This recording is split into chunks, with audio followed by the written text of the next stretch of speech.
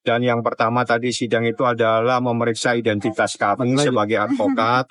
Apakah memang benar saya berempat ini adalah timnya Nikita Mirzani di advokat. Apakah kita itu adalah advokat. Jadi kita tunjukkan berita acara SUFA yang asli dan kita lampirkan fotokopinya. Yang kedua kita tunjukkan kartu tanda advokat. Namanya KTA dari organisasi advokat. Nah setelah itu kami diperiksa surat kuasanya. Apakah surat kuasanya sudah sah dan sudah didaftar di Pengadilan Negeri Jakarta Selatan di Kepanitraan. Setelah semua telah terverifikasi, maka majelis hakim memeriksa surat kuasa tergugat. Nah surat kuasa tergugat diperiksa, setelah itu dilakukan verifikasi identitas. Nah semuanya sudah dilakukan. Karena ada pihak yang belum hadir, turut tergugat 1, turut tergugat 2, dan turut tergugat 3, maka majelis hakim memutuskan untuk memanggil secara patut, akan ditunda 2 minggu lagi, sidang selanjutnya tanggal 11 Juni tahun 2025, jam 9 pagi. Pak, sebagai penggugat ada kecewa respon sidang ini gitu. Saya serahkan ke majelis. Ini bukan persoalan kecewa, ini aturannya seperti itu. Jadi aturan hukumnya kalau ada pihak yang belum hadir harus dipanggil lagi secara patut. Jadi itu bukan hal itu sudah biasa dan itu malah itu yang benar. Justru kalau sidang ini diteruskan tanpa memanggil secara patut kepada pihak itu salah. Jadi alhamdulillah sidangnya sudah sesuai dengan hukum acara. Saya ucapkan terima kasih. Dan selanjutnya sidang berikutnya tanggal 11. Nah, hari ini kan tidak hari juga Nikita tidak diizinkan dari... Bukan, Nikita itu sudah memberikan kuasa kepada saya. Nikita hanya diwajibkan hadir pada saat nanti namanya mediasi. Dan itu pun sesuai dengan peraturan Mahkamah Agung adalah para pihak. Jadi termasuk tergugat prinsipal dan Nikita Mirzani, Ismail, nanti diwajibkan untuk hadir. Tapi karena Nikita saat ini ada persoalan hukum, maka sepenuhnya nanti menjadi kebijakan daripada pihak kepolisian. Apakah mengizinkan atau tidak. Tapi kalau peraturannya diwajibkan hadir. Untuk sidang mediasi. Kalau sekarang masih verifikasi administrasi kuasa, verifikasi administrasi kartu tanda advokat dan berita acara SUFA. Seperti itu. Bang kan Juni kabarnya udah deadline dari penahanan Nikita Bang. Ada pihak sebelah bilang akan ada penambahan hukuman dari Nikita. Gimana tuh Bang? Saya tidak tahu. Nanti saya orangnya selalu melihat bukti tertulis. Nanti kalau ada bukti tertulis saya bisa tangkap. Soal alasan memilih tergugat 1, tergugat 2, Kapolri dan Nikita meminta perlindungan. Jadi jangan salah paham, Nikita meminta perlindungan kepada Yang Mulia Bapak Kapolri, meminta perlindungan kepada Yang Mulia Bapak Jaksa Agung. Tolong saya dilindungi sesuai dengan hukum yang berlaku. Saya ini tidak kenal kepada yang bersangkutan. Tiba-tiba saya dilaporkan seakan-akan saya melakukan sesuatu yang melanggar hukum pidana. Jadi Nikita adalah meminta perlindungan kepada Yang Mulia Bapak Kapolri, meminta perlindungan kepada Yang Mulia Bapak Jaksa Agung. Saya yakin mereka punya hati nurani semua pasti akan memberikan perlindungan kepada seorang ibu yang mempunyai 3 orang anak yang masih kecil. Bang, jelaskan Bang, berarti kalau meminta perlindungan sama menggugat itu loh. Meminta perlindungan itu adalah supaya mereka tahu ada masalah. Karena dia bukan kami gugat. Jadi jangan salah paham. Mereka adalah turut tergugat. Turut tergugat itu adalah pasif. Ya, cuma dia harus tahu ini ada masalah. Bagaimana supaya dia tahu, dia harus menjadi turut, supaya dia tahu ini ada masalah hukum di sini. Jadi sekali lagi mereka bukan orang yang kami gugat. Dia adalah turut tergugat supaya dia tahu ada masalah dan Nikita minta perlindungan kepada Yang Mulia Bapak Kapolri, meminta perlindungan kepada Yang Mulia Bapak Jaksa Agung. Jadi tergugat hanya 1 ya? Tergugat 1. Memang mungkin seperti apa? Sementara, tapi kan tadi udah. Sekarang ganti sama Enggak dengan hasil yang ditunda ini seperti apa mungkin pendapatmu? Kita tunggu 2 minggu lagi aja. Ya. Sampai pasti kita berharap ini adalah awal yang baik. Ya tunggu 2 minggu karena kan tadi tergugat 1 sama 2-nya kan nggak bisa datang. Nah itu ditunggu tergugat 1-nya kan walaupun lawyernya nggak datang. Nggak ada. Jadi makanya kayaknya tuh ada yang harus dilengkapi lagi sampai benar-benar pada ngumpul semua atau gimana gitu. Ya tahu pastinya Bang Fahmi sih. Gitu. Lawyernya sih pada datang, perwakilan lawyer tetap lagi wawancara. Pindah-pindah di. Sewa nggak sih Pak? Pindah dulu Kak, pindah ke panas Kak. Oke, bye. Biar nggak panas. Ditunda ke tanggal 11 Mei. Karena katanya nggak datangnya terlapor, dua-duanya nggak datang gitu. Jadi aku kaget juga. Ya kita tunggu aja lah tanggal 11. Kita tunggu tanggal 11. Semoga ini adalah sidang luar prestasi ini adalah awal yang baik buat nyangkutnya ke pidananya Nick Mir, yang dimana pidananya itu ada berlapis-lapis kan pasalnya yang sampai sekarang juga belum P21. Mungkin P21-nya apa nunggu ini gitu. Apa nunggu prestasi ini? Karena tanggal 2 Juni jatuhnya 90 hari kan. 90 hari apa dimaksimalin ke 120 hari karena masih ada lagi penambahan 1 kali lagi. Gitu. Jadi ini kita belum tahu P21-nya masih belum, jadi mungkin ada baiknya juga sih. Jadi menunggu ini. Kalau ini misalnya awan prestasinya Nick Mir dikabulin, berarti ada pengaruh di masalah pidananya. Itu saya. Ada rasa kecewa Kak karena sidangnya ditunda?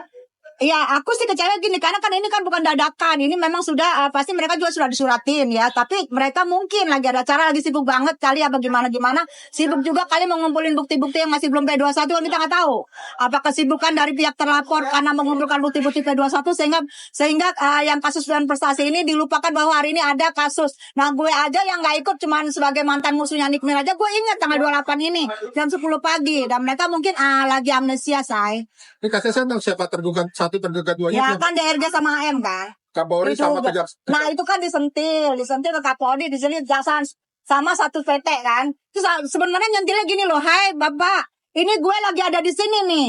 Sampai sekarang masih belum P21. Nah, setahu gue, seingat gue ini adalah one prestasi, ini adalah perdata, tapi gue sini dipidana. Ya sama dengan kayak teriakan seorang, namanya kita di sini adalah Nick Mir ada lagi di dalam. Ini adalah teriakan seorang Nick Mir menyentil sedikit Bapak Kapolri, menyentil sedikit kejaksaan. Itu susah buat gue. Bukan ada perlawanan, tapi hanya menunjukkan gue lagi di sini kena pidana. Sebenarnya itu adalah perdata. Itu adalah jeritan hati seorang Nick Mir, gue rasa. Selesai. Untuk supportnya gimana sih Bang itu? Yang supportnya yang pasti gini loh. Aku gini. Nick Mir ini kan semua juga tahu seorang ibu tunggal yang mencari nafkah buat anaknya 3, hanya Nick Mir. Anaknya 3 belum ada bisa mencari nafkah sendiri. Yang 2 masih kecil, yang 1 juga belum bisa mencari nafkah. Dan tuntutan dari sini nanti ada 100 miliar, itu adalah mungkin kerugian yang dirasakan oleh Nick Mir. Tapi itu kembali lagi apa itu dikabulin apa enggak, itu nanti terserah pengadilan. Karena di sini adalah Nick Mir seorang ibu tunggal yang mencari nafkah di rumah itu hanya dia sendiri. Nah itu yang gue rasa yang kerugian selama Nick Mir hampir 90 hari ada di tahanan. Berarti tuntutan material 100 miliar itu menurut Katesa setuju nih? Gue setuju aja ya. Kerugian kan Nick Mir seorang artis. Mungkin juga 90 hari kan kita nggak tahu kontraknya. Ada yang dibatalin atau juga ada yang harusnya siapa sih? Oh itu. Yang seharusnya. Hai Bapak, kok nggak datang sih? Pak. Paranin siapa? Paranin deh, ntar dulu. Serius? Mau bertanya ke Bapak ini kenapa nggak datang ya? Itunya. Serius nih? Apa kabar? Ya, oh ya. Ini adalah pengacara kampung. Aku dari kampung. Kesini dong. Ganteng lo aslinya. Ganteng lo. Abang tuh aku temannya Bang Indra Landingan juga. Iya, sama Indra. Iya, abang aku tanya. Siap. Kan hari ini tanggal 28 sidang luar prestasi. Iya. Abang yang ganteng kok abang sendiri mana itunya?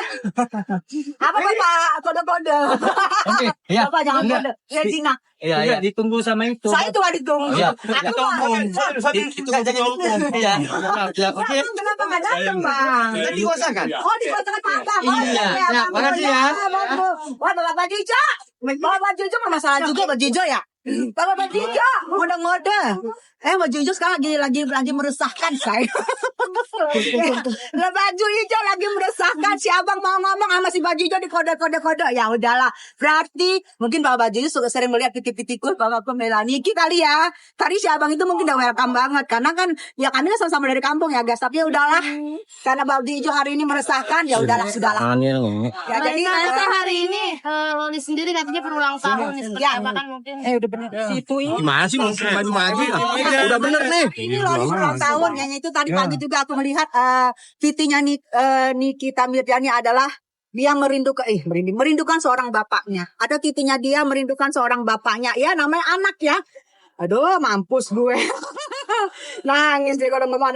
Namanya anak ya. Di saat dia lagi dalam dalam masa begini, dalam masa genting begini, dalam masa ditahan 90 hari tanpa kepastian, di sini dia mengingat bapaknya yang udah nggak ada. Aku tadi pagi sedih melihat pipinya Nikmir bahwa dia seperti membutuhkan banget seorang bapaknya, sehingga aku posting ulang. Kalian mungkin belum tahu pipinya apa ya. Kalau kalian tahu tuh kalian akan nangis. Nangis karena aku bukan apa-apa. Aku melihat sedih banget gitu. Kesedihan seorang anak yang merindukan seorang bapaknya. Ya aku ada mau posting ulang nih. Di sini mengatakan, Papa, ombaknya terlalu besar. Ini mungkin kali udah pusing ya. Mau teriak kemana gue gitu. Jadi dia bilang, Papa, ombaknya terlalu besar. Itu yang menurut gue adalah tadi pagi gue baca ini sampai gue posting ulang. Itu adalah bentuk. Walaupun dia tegar, walaupun dia seorang wanita majon, tapi tetap dia akhirnya lemah juga. Di hari ini anaknya juga berulang tahun, dia nggak bisa bersama anaknya. Di hari ini juga dia butuh seorang bapak yang sudah. Di hari ini juga dia butuh seorang bapak yang sudah nggak ada. Dan Nikmir hari ini apa juga ya, lemah gitu ya, Say. Udah ya, Say. Di sini buat kakak berkaca-kaca sampai memerah matanya kak. Enggak, karena ada dia bilang, apa dia bilang? Ombak ini terlalu besar, Pak.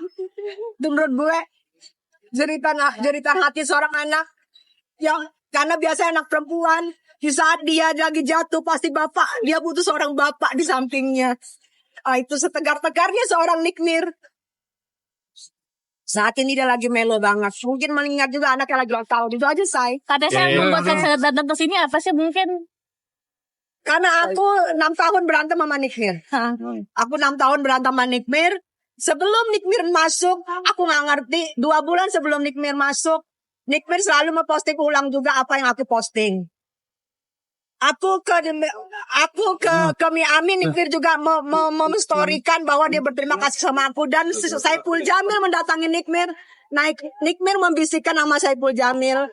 Kate sama Rizka mana? Sampaikan nama Kate sama Rizka, saya berterima kasih atas dukungannya. Itu menurut aku seorang musuh bebuyutan 6 tahun, akhirnya dia menyatakan bahwa dia berterima kasih kepada aku. Itu aja aku udah senang saya. Berarti luluh ya akhirnya.